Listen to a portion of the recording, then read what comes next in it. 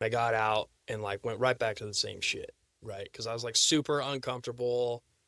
Like I did it for everybody else except for like me wanting to get sober.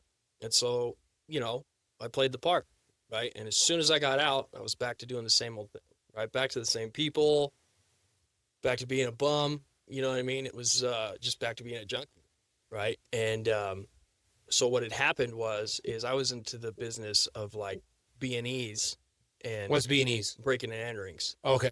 So I was in the business of breaking and enterings, and I was breaking into people's houses, and I was looking for guns because guns are hot commodity, right? And I got a bunch. You, Well, you got you. I had acquired and unacquired a lot in a quick amount of time, right? And so initially, it happened is I got into one place and came up on some heavy artillery and was on my way to try to sell it to like a shop, like a legitimate shop, right? And the guy, and so I pulled in Sun Valley of all places, right? I pulled in, and the cops pulled in after me, or they pulled in before me, and I pulled into them and parked.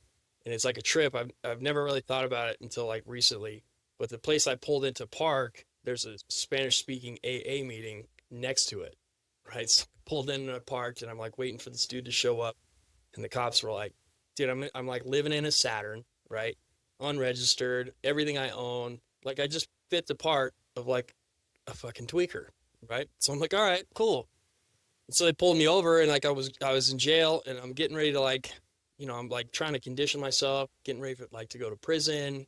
Whoop, whoop. I'm like, great.